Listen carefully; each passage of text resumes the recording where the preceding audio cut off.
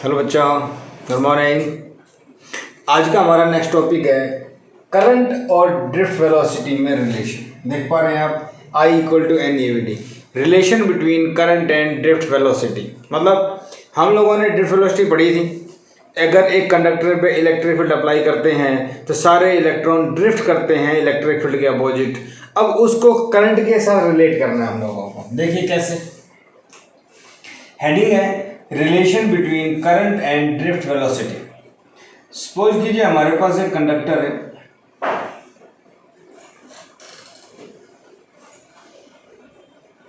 और इसको मैं एक बैटरी से जोड़ देता हूं। ये बैटरी का पॉजिटिव, ये नेगेटिव, तो ये पॉजिटिव तो ये नेगेटिव। अब एक कंडक्टर है, मान लेते हैं इसकी length L, area of cross section क्या मान लें A, area of cross section. अब उधर कंडक्टर के अंदर फ्री इलेक्ट्रॉन्स होते हैं, रैंडमली मूव करते हैं, लेकिन एज्यूम कर लेते हैं सारे इलेक्ट्रॉन स्मूथली मूव कर रहे हैं इधर, और सबकी वेलोसिटी क्या होती है? Drift velocity. पता है हम लोगों को, तो सभी ड्रिफ्ट वेलोसिटी से इधर जा रहे होते हैं। समझ पा रहे हैं आप मेरी बात? सभी ड्रिफ्ट वेलोसिटी से इधर की तरफ जा रहे हैं। ठीक है भाई। अब क्वेश्चन ये आता है, इलेक्ट्रॉन है सारे, सभी का चार्ज कांस्टेंट है, कितने इलेक्ट्रॉन्स है इसके अंदर नहीं पता, तो उसके लिए हम एज्यूम कर लेते हैं let n number of electrons per unit volume मान लिया। इसी को और क्या बोलते हैं? Number density. इसी को और क्या बोलते हैं? Number density. n क्या हो गया? Number density. भाई n पता लग गया, यूनिट वॉल्यूम में कितने इलेक्ट्रॉन n, तो इस वॉल्यूम में कितने, इसका वॉल्यूम निकाल लो। तो वॉल्यूम ऑफ कंडक्टर, कंडक्टर का वॉल्यूम आ गया भाई Al। कैसे? सिलेंडर का वॉल्यूम होता है पाई आर स्क्वायर, L ये रहा। पाई आर स्क्वायर क्या होता है? क्रॉस सेक्शन एरिया, तो एरिया क्या मान लिया? A। ठीक है भाई। So number of electrons n मान लेते हैं, तो क्या ये NaL हुआ? कैसे? Al हो गया इसका वॉल्यूम, और यूनिट वॉल्यूम में कितने इलेक्ट्रॉन है? n। तो यूनिट वॉल्यूम में अगर n इलेक्ट्रॉन है तो Al में कितने होंगे? मल्टीप्लाई। ठीक है भाई। तो total charge in conductor, conductor में टोटल चार्ज कितना? Q मान लेते हैं। NaL क्या हो गया? नंबर ऑफ इलेक्ट्रॉन्स, एक का चार्ज E, तो NaLe। ठीक है भाई। एक्चुअली मैं क्या चाहता हूं? मैं चाहता हूं करंट निकालना, तो करंट का फॉर्मूला क्या होता है? I equal to Q by T. तो मुझे Q तो पता लग गया। अब टाइम, टाइम का मतलब एक एंड से दूसरे एंड पे जाने में कितना टाइम लगेगा। अब देखो, ड्रिफ्ट वेलोसिटी जो इलेक्ट्रॉन की है, हमने कल डिस्कस किया था, नियरली कांस्टेंट होती है, जबकि उसके ऊपर फोर्स होता है तो भी। तो अगर ड्रिफ्ट वेलोसिटी नियरली कांस्टेंट है तो मैं फॉर्मूला यूज कर सकता हूं, time equal to distance divide by speed, drift speed. Distance क्या है? यहां से यहां तक L, स्पीड क्या है? Vd, टाइम क्या मान लो? T। तो करंट का फॉर्मूला क्या हो गया? Q by T. तो बेटा Q क्या है? NaLe। ये क्या है? L बाई Vd, L से L कैंसिल, I क्या आ गया? NeA, Vd ऊपर। तो जो मैंने लिखा था वही फॉर्मूला आ गया, करंट और ड्रिफ्ट वेलोसिटी में रिलेशन। ठीक है भाई। इतनी बात मुझे समझ में आ जाती है। यहां से करंट और ड्रिफ्ट वेलोसिटी में रिलेशन क्या होगा, यहां से मुझे समझ में आ जाता है। ठीक है। इसी के ऊपर एक क्वेश्चन बन जाता है। सपोज कीजिए मेरे पास दो रोड हैं, एक रोड ये, एक रोड ये।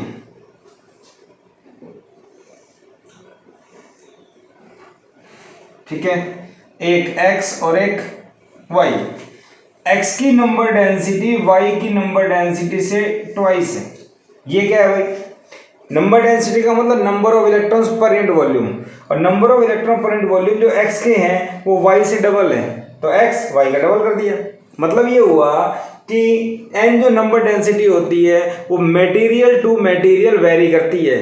आयरन की अलग, कॉपर की अलग, निकल की अलग, एल्युमिनियम की अलग, सबकी अलग अलग होती हैं, तो नंबर डेंसिटी सबकी डिफरेंट होगी। तो x की इससे डबल है। ठीक है भाई। अच्छा, एरिया दोनों का सेम, एरिया दोनों का same. Find ratio of drift speed,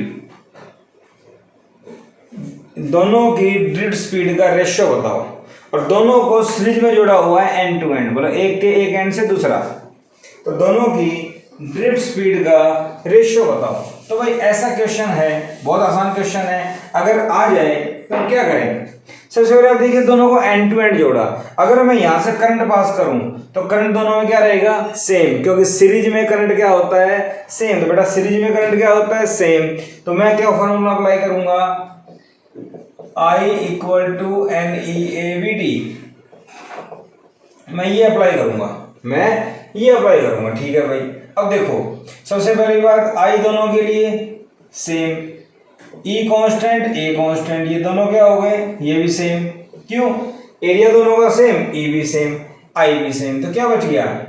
NVD का प्रोडक्ट कांस्टेंट, इसका मतलब N inversely proportional to VD, ये कांस्टेंट है, मैं ये लिख सकता हूं। अब मुझे बताओ N क्या है भाई? NX बाई NY, X बटे Y तो इनवर्सली है, तो VD, V की जगह मैं VY बाई VX कर दूं, X ऊपर है मतलब NV तो NX VX, समझ गए आप? तो NX क्या दे रखा है? 2NY, NY VY by VX, ये कैंसिल, तो VX बाई VY कितना आ गया? उल्टा कर दो इसका रेसिप्रोकल 1/2। तो ड्रिफ्ट वेलोसिटी का रेशियो 1:2 या 1/2 आ गया। मेरे ख्याल से बहुत इजी सवाल है, एरिया दोनों का सेम है, इस टाइप से आ जाएगा, और अगर एरिया भी गिवन होता तो वो भी आ जाता है यहाँ पे। तो I equal to N E A V T drift velocity में कब लगेगा? जब कुछ चीजें सीरीज में आ जाए ताकि करंट सेम हो। अदरवाइज टेम्परेचर की बात कर रखी हो तो ड्रिफ्ट वेलोसिटी के लिए हम लोग क्या यूज करते हैं? V D equal to E tau by M. अगर टेम्परेचर की बात कर रखी हो, क्योंकि टेम्परेचर पे टाउ रिलैक्सेशन टाइम डिपेंड करता है, ठीक है, कल पढ़ा था हमने, इसको आगे डिस्कस करेंगे। तो ये बात मेरे ख्याल से आपको समझ में आ गई कि ड्रिफ्ट मतलब अगर ड्रिफ्ट वेलोसिटी के बारे में कुछ पूछा जाए और सीरीज कॉम्बिनेशन आ जाए तो करंट सेम होता है। I equal to N E V D कैसे यूज करना है, ठीक है भाई। इसके बाद एक छोटी सी टर्म डिफाइन करते हैं जिसका नाम है मोबिलिटी। मोबिलिटी को म्यू से लिखते हैं, तो ये क्या होता है? It is the ratio of drift velocity per unit electric field.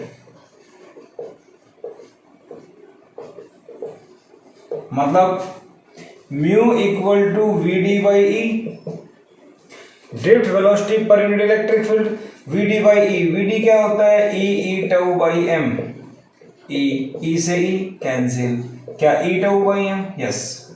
तो मोबिलिटी का फॉर्मूला आ गया E tau by M. E और एम तो कांस्टेंट है, और टाउ रिलैक्सेशन टाइम,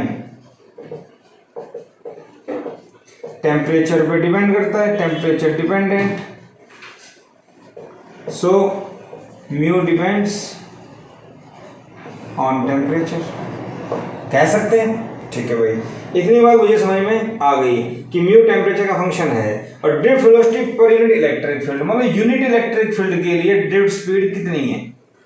एक यूनिट इलेक्ट्रिक फील्ड किसी कंडक्टर के अक्रॉस अप्लाई किया जाए, मान लो बहुत सारे कंडक्टर ले लिए हमने, एक कॉपर का, एक एल्युमिनियम का, एक आयरन का, 3 ले लिए, तीनों के अक्रॉस हमने सेम इलेक्ट्रिक फील्ड अप्लाई कर दिया, तो या फिर यूनिट इलेक्ट्रिक फील्ड अप्लाई कर दिया मिनिमम वैल्यू, उस यूनिट इलेक्ट्रिक फील्ड के लिए कौन सी मेटल का इलेक्ट्रॉन, कौन से कंडक्टर का इलेक्ट्रॉन तेजी से मूव, मतलब तेजी से ड्रिफ्ट करता है, तेजी से ड्रिफ्ट करता है, तेजी से मूव करता है, उसकी मोबिलिटी ज्यादा होगी, ठीक है, उसकी मोबिलिटी ज्यादा होगी।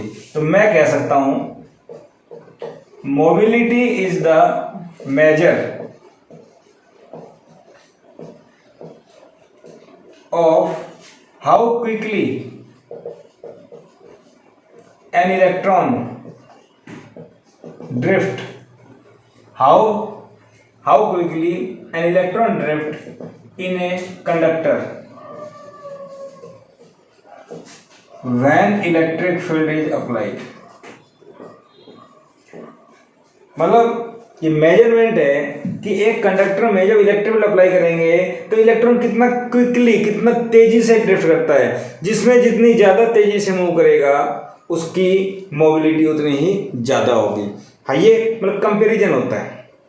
3-4 मीटर ले लो, सेम इलेक्ट्रिक फील्ड अप्लाई करो, तो वहाँ जो इलेक्ट्रॉन की ड्रिफ्ट होगी तो वो ड्रिफ्ट किस में ज़्यादा है, जिसमें ज़्यादा होगी उसकी मोबिलिटी ज़्यादा होगी। अगर मैथमेटिक्स की बात करें तो mu equal to E tau by M. यहाँ अगर देखा जाए तो ये चार्ज, ये मास स्केलर, टाइम भी स्केलर है। इसका मतलब मैं लिख सकता हूँ म्यू स्केलर क्वांटिटी है, ठीक है भाई। इसका मतलब mu is same, mu is always positive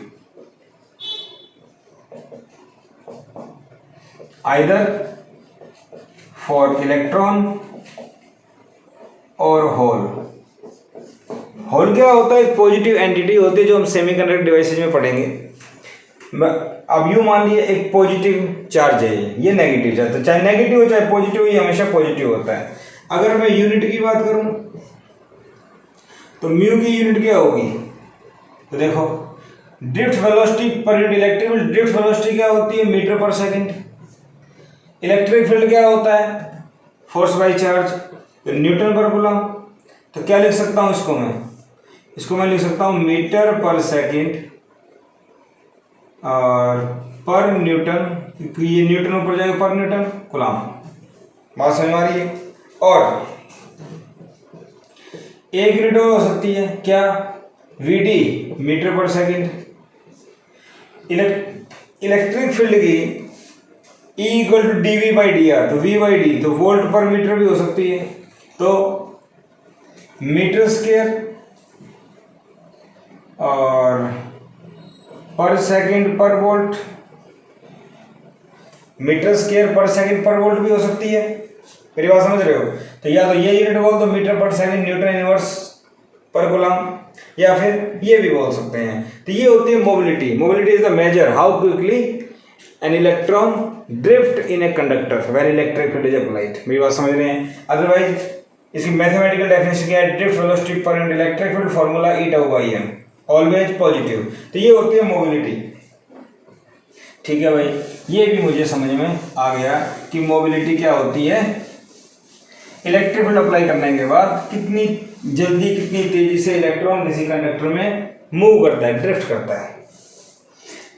इसके बाद हम बात करते हैं नेक्स्ट टॉपिक की, जिसका नाम है करंट डेंसिटी।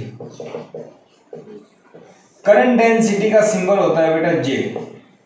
करंट डेंसिटी है क्या? हमने पढ़ा था करंट जिसकी डायरेक्शन है, डायरेक्शन इंपॉर्टेंट है, फिर भी वो वेक्टर नहीं है, मतलब टेंसर है। इसका मतलब हमने उसको स्केलर मान लिया या फिर टेंसर मान लिया, लेकिन वेक्टर क्वांटिटी होनी चाहिए, डायरेक्शन है तो करंट को वेक्टर बनाने के लिए एक नई टर्म बना दी, इसका नाम है करंट डेंसिटी। तो करंट डेंसिटी होती क्या है? It is defined as current per unit area. It is defined as current per unit area, ठीक है। Area is in direction of current. Area current की डायरेक्शन में होना चाहिए। कैसे? मान लीजिए मेरे पास एक कंडक्टर इस टाइप से है और ये एरिया है, तो एरिया वेक्टर क्या होगा इसका? ऐसे मान लेता हूँ एरिया वेक्टर। और बेटा करंट किधर जा रहा है? इधर। तो करंट और एरिया सेम डायरेक्शन में है, ठीक है। तो करंट डेंसिटी क्या होगी? करंट अपॉन एरिया, ठीक है। यहाँ से आई निकालें तो क्या हो जाएगा? J। ये बात समझ में आ गई। इसी में अगर मैं आपसे बोल दूं कि भाई मेरे पास ये एरिया था इस टाइप से, करंट यूं जा रहा था और एरिया यहाँ पे जाकर टेढ़ा हो जाता है,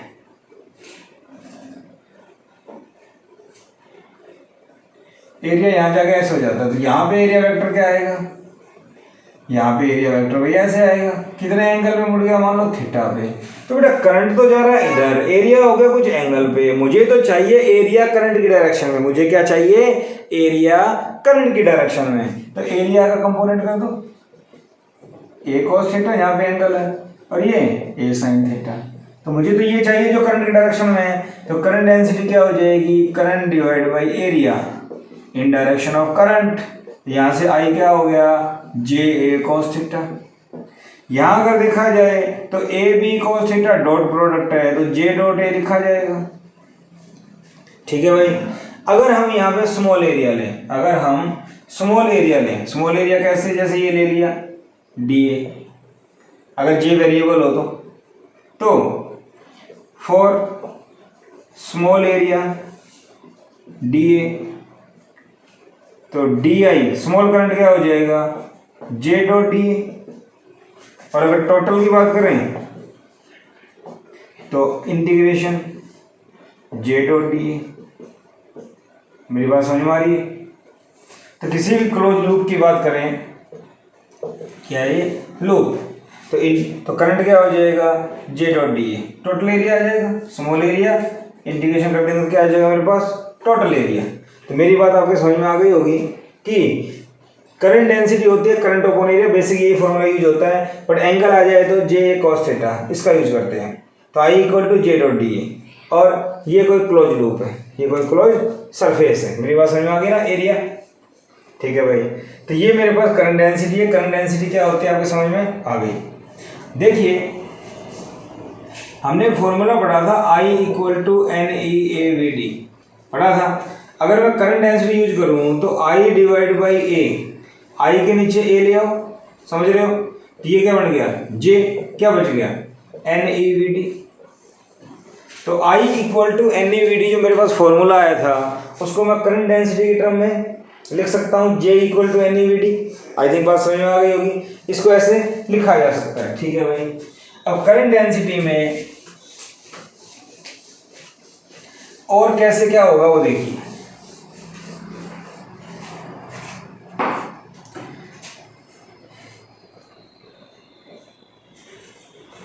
J equal to I by A, मेरे पास फॉर्मूला आ गया। ठीक है। Case first, if I constant,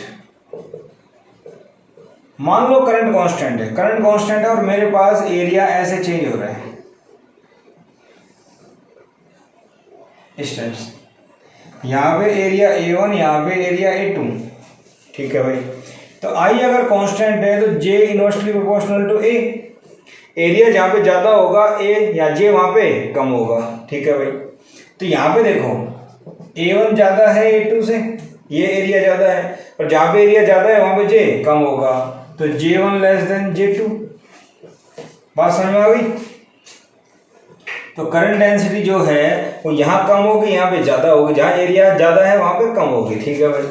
अगर हम बात करें केस 2 सेकेंड, क्या अगर मैं कह दूं भाई ए कांस्टेंट है,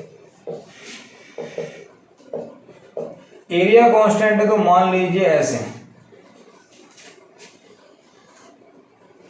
ये ले लिया, सेम एरिया है, तो एरिया अगर कांस्टेंट है तो जे प्रोपोर्शनल टू आई। इसका मतलब आई अगर इंक्रीज होगा तो जे भी इंक्रीज होगा, और अगर आई डिक्रीज होगा तो बेटा जे भी डिक्रीज होगा। इसका मतलब जे करंट के डायरेक्टली है, करंट अगर बढ़ेगा तो करंट डेंसिटी भी बढ़ेगी। ठीक है भाई, ये भी बात समझ में आ गई। केस 3, थर्ड केस की अगर बात करें तो बेटा जे कांस्टेंट, जे अगर कांस्टेंट है इसका मतलब आई बाई ए कांस्टेंट, और आई बाई ए कांस्टेंट का मतलब I proportional to A. Current area के डायरेक्टली है, और करंट एरिया के डायरेक्टली है तो मैं अगर ऐसे बनाऊं,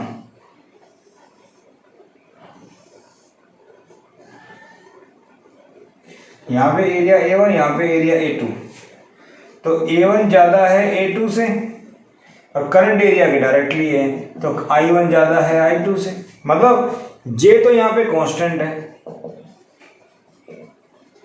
J तो यहाँ पे कांस्टेंट है, करंट चला, तो जहाँ पे एरिया ज़्यादा होगा वहाँ पे करंट ज़्यादा होगा, जहाँ पे एरिया कम होगा वहाँ पे करंट कम होगा। तो इस टाइप से सिचुएशन हम बना सकते हैं। एक ही फॉर्मूला ध्यान रखना है, J equal to I by A, जो कांस्टेंट है उसके अकॉर्डिंग हम लोग इसको रिप्रेजेंट कर सकते हैं। ठीक है भाई, बात समझ में आ गई। इतनी बात आपको समझ में आ गई। तो करंट डेंसिटी क्या होती है, I equal to N A V D. Drift velocity का फॉर्मूला क्या होता है, तो ड्रिफ्ट वेलोसिटी के फॉर्मूले दो आ गए, एक करंट की टर्म में और एक इलेक्ट्रिक फील्ड की टर्म में, रिलैक्सेशन टाइम की टर्म में। ठीक है, इसके बाद देखिए, सपोज कीजिए मेरे पास एक एरिया ऑफ क्रॉस सेक्शन है इस टाइप से, ठीक है भाई। यहां से करंट पास कर रहा है आई, यहां एरिया A1, यहां area A2,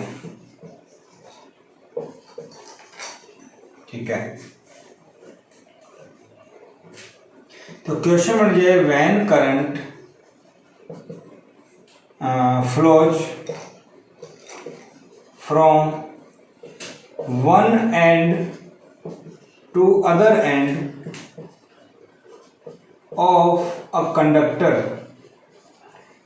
of non uniform cross section area, then what is change in current density, ठीक है जी, ड्रिफ्ट वेलोसिटी,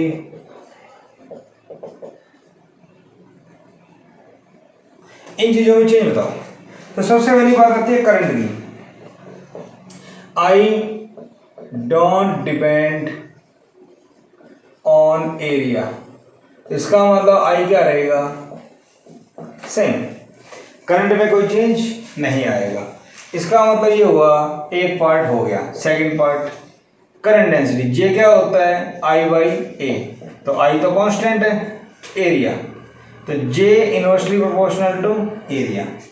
तो एरिया देखो, यहाँ पे करंट डेंसिटी अगर J1 है तो यहाँ पे क्या होगी, J2, तो ये एरिया के इनवर्सली है। इसका मतलब A2 अगर ज़्यादा है तो A1 कम है। ये एरिया के इनवर्सली है तो इसका मतलब J2 क्या हो जाएगा, कम।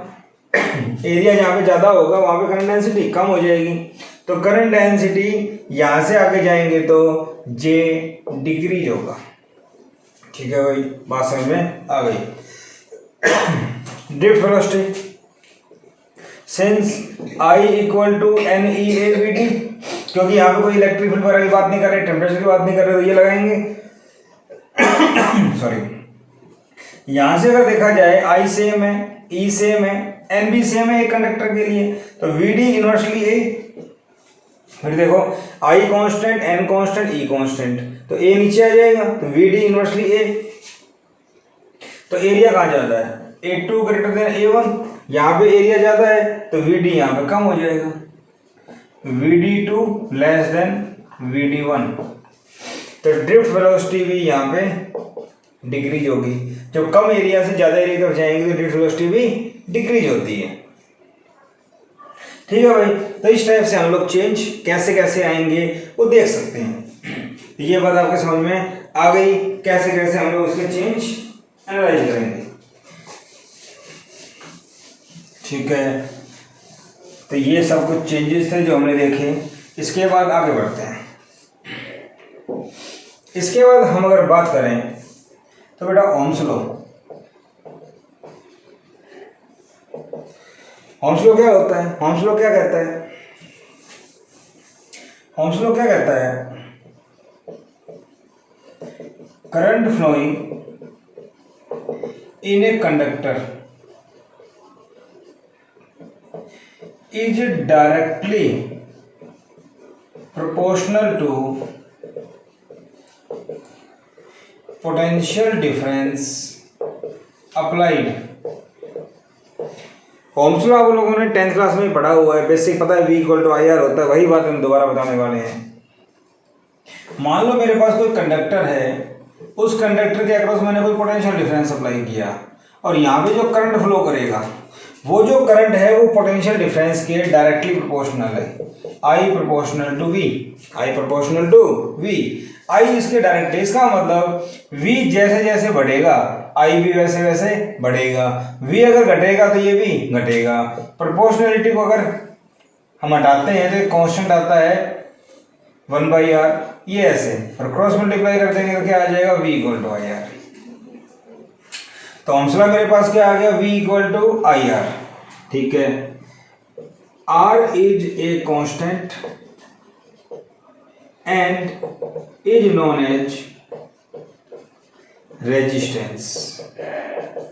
R एक कांस्टेंट है जिसको क्या बोलते हैं, रेजिस्टेंस। किसका रेजिस्टेंस? इस कंडक्टर का। इसका रेजिस्टेंस बेटा कंडक्टर का। इतनी बात समझ में आई, ठीक है। अगर एक कंडक्टर में करंट फ्लो करता है वो अप्लाइड पोटेंशियल डिफरेंस के डायरेक्टली प्रोपोर्शनल है, ठीक है भाई। इतनी बात समझ में आ गई। तो अभी कुछ पढ़ा था हमने कि कंडक्टर जो होता है वो तो टेम्परेचर वगैरह पे डिपेंड करता है। इसका मतलब यहाँ कुछ और लिखना चाहिए, current flowing in a conductor directly proportional to potential difference applied under the condition of constant temperature and pressure।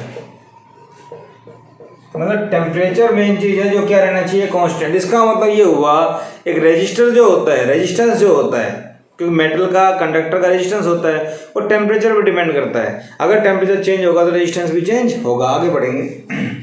तो ओम्स लॉ में V proportional to I proportional to V कब वैलिड है? जब टेम्परेचर क्या होगा, कांस्टेंट। इंपॉर्टेंट कंडीशन है ये, temperature क्या होना चाहिए, कांस्टेंट, ठीक है। This is equation of Ohm's law. तो बेटा V equal to IR Ohm's law की इक्वेशन है। ये इक्वेशन तभी होगी जब R क्या होगा, कांस्टेंट। पर अगर R वेरिएबल है तो ये ओम्स लॉ नहीं है, ठीक है भाई। इतनी बात समझ में आ गई मेरे को। और R क्या आ गया, V बटे I। तो ओम्स लॉ क्या कहता है, एक कंडक्टर में जो करंट फ्लो कर रहा है वो पोटेंशियल डिफरेंस के डायरेक्टली है। प्रोपोर्शनली बढ़ाएंगे 1/r आएगा। R एक कांस्टेंट है, कांस्टेंट को यहाँ पे क्या नाम दे दिया, रेजिस्टेंस। रेजिस्टेंस किसका है, इस कंडक्टर का है। फिलहाल इतनी बात मुझे समझ में आ गई कि भाई ये ऐसे होगा। इसके बाद हम देखें कि V और I में मैं एक वेरिएशन लेके चलूं, I और V में मैं एक वेरिएशन लेके चलूं, तो आप क्या देख पा रहे हैं कि करंट और पोटेंशियल डिफरेंस एक दूसरे के डायरेक्टली है। अगर ये एक दूसरे के डायरेक्टली है तो वेरिएशन कैसा होगा, तो आपको पता है जब ये इसकी डायरेक्टली है तो इक्वेशन क्या होगी, लीनियर। और डायरेक्टली के लिए एक स्ट्रेट लाइन आती है, 10th में पढ़ा हुआ है आपका। तो I प्रोपोर्शनल टू V। तो ओम्स लॉ अगर ओबे होता है, मतलब ओमिक कंडक्टर, इन कंडक्टर्स को क्या बोल देते हैं, ओमिक कंडक्टर। मतलब अगर कोई कंडक्टर ओम्स लॉ को ओबे करता है, अगर कोई कंडक्टर ओम्स लॉ को ओबे करता है तो उनको बोलते हैं ओमिक कंडक्टर्स, ओमिक कंडक्टर्स। और उनका IV ग्राफ कैसा आता है, स्ट्रेट लाइन, ठीक है भाई। इतनी बात समझ में आ गई। और वो कंडक्टर जो ओम्स लॉ को ओबे नहीं करते उनको बोलते हैं नॉन ओमिक कंडक्टर्स। क्या बोलते हैं उनको, नॉन ओमिक कंडक्टर्स। तो बेटा ओम्स लॉ क्या होता है, बेसिक सी बात है, 10th वाली कोई खास बात नहीं है, बेसिक चीज आती है इसके अंदर। ये बात समझ में आ गई। इसके बाद IV जो लीनियर वेरिएशन है उसके ऊपर कुछ न्यूमेरिकल समझाते हैं। कैसे समझाते हैं वो देखिए।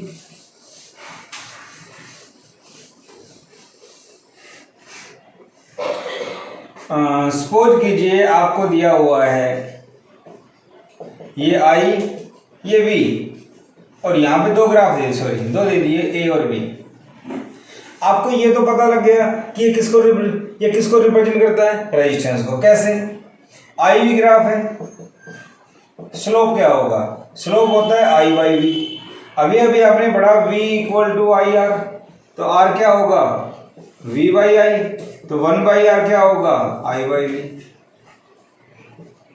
बात समझ में आ गई। अभी अभी आपने ओम्स लॉ पढ़ा, V equal to IR, R क्या हो गया, V बाई I। तो 1/r क्या हो जाएगा, I बाई V। तो I बाई E क्या हुआ बेटा, 1/r। और एक बात, स्लोप क्या होता है, tan थीटा। स्लोप क्या होता है, tan थीटा। CBSE में क्वेश्चन आ जाते हैं इस टाइप के। तो बेटा स्लोप होता है tan थीटा, थीटा इसका ज्यादा होगा, स्लोप उसका ज्यादा होगा। मेन चीज यहाँ ये थीटा भी और ये थीटा A ऐसे मान लेते हैं, थीटा A थीटा B। यहां से आपको दिखाई दे रहा है theta A greater than theta B, ये वाला बड़ा एंगल है तो A का थीटा A जाता है। और मैं लिखूं tan theta A greater than tan theta B, ये भी एक ही बात है। tan लगा दिया मैंने, मैं ऐसे लिख सकता हूं क्योंकि tan 0 0 और tan 90 इनफिनिटी, थीटा बढ़ेगा तो tan थीटा भी बढ़ेगा, ये लिख सकता हूं। और tan थीटा क्या होता है, स्लोप। तो tan थीटा इसका ज्यादा होगा और उसका कम होगा। tan थीटा जिसका ज्यादा होगा और उसका कम होगा, tan थीटा जिसका कम होगा और उसका ज्यादा होगा, इनवर्सली है। तो यहाँ देखो a का tan थीटा ज्यादा है, इसका मतलब a का r कम है। ये बात समझ में आई या नहीं आई? ये बात समझ में आई या नहीं आई? जिसका थीटा ज्यादा होगा उसका r कम होगा, थीटा a का ज्यादा है तो r a का कम है, इसका मतलब a का रेजिस्टेंस कम है। Clear? R A less than R B. तो ऐसा सवाल आ जाए, हमने कैपेसिटर में भी किए थे, वही सेम कंसेप्ट है। और देखिए आपके पास मान लो आ जाए वी आई, इनको चेंज कर देते हैं, फिर ऐसा ही दे दिया, ये ए ये B, which out of conductors A and B have more resistance. अब बताओ फिर वही बात, ये थीटा भी ये थीटा ए, वही बातें, theta A greater than theta B, tan theta A greater than tan theta B. यहां तक लिखने में किसी को कोई परेशानी नहीं है। अब बात आती है स्लोप की। तो इसका स्लोप की अगर बात करें तो बेटा स्लोप देखो, स्लोप होता है टेन थीटा और स्लोप क्या होता है इसका v बाई आई। और बेटा यहां से देखें तो v बटे में i अगर लेके आऊंगा, v बाई आई क्या बचेगा r, तो मेरे पास क्या आ गया स्लोप आए r। तो टेन थीटा डायरेक्टली r हो गया या tan theta equal to r कर दो। तो इसका मतलब जिसका थीटा ज्यादा r उसके इक्वल है, इसका मतलब r a greater than r b। तो दो केस आ गए, एक में v ऊपर और एक में i ऊपर। i अगर ऊपर है तो स्लोप के इनवर्सली आएगा और अगर v ऊपर है स्लोप के डायरेक्टली इक्वल आएगा। जिसका थीटा ज्यादा उसका r भी ज्यादा। तो इस टाइप से ओमिक कंडक्टर के ऊपर न्यूमेरिकल्स बन जाते हैं। ठीक है भाई, ये बात आपके समझ में आ गई। ओमिक कंडक्टर में वी आई ग्राफ का वेरिएशन कैसा होता है लीनियर। ओमिक कंडक्टर में वी आई ग्राफ का वेरिएशन कैसा होता है linear. V I variation is linear in ohmic conductors. ठीक है, V I variation is non linear in non ohmic conductors. अब क्वेश्चन ये आता है कि नॉन ओमिक कंडक्टर क्या होते हैं, जो ओम्स लॉ को भी नहीं करते। Non ohmic conductors do not obey Ohm's law.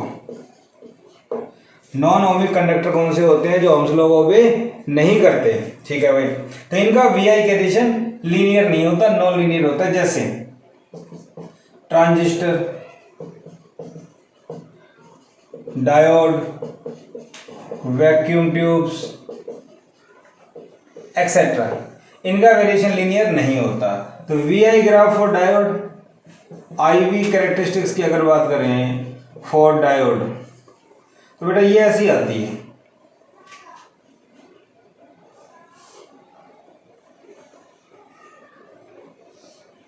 इस टाइप से, ये इस टाइप से आती है। तो लीनियर तो नहीं है। ठीक है, इसी टाइप से for gallium arsenide, gallium arsenide के लिए ये ग्राफ आई वी कैसा आता है इस टाइप से। तो ये देखो,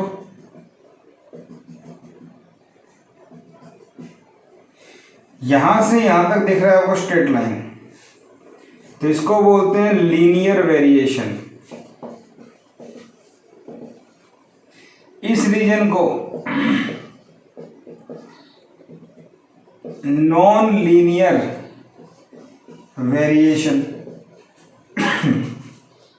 इस रीजन में आप देखो v अगर बढ़ेगा तो i डिक्रीज हो रहा है, v अगर बढ़ रहा है तो i डिक्रीज हो रहा है। इसका मतलब v इक्वल टू यार ओम्स लॉ तो हो ही नहीं रहा, इसको बोलते हैं नेगेटिव रेजिस्टेंस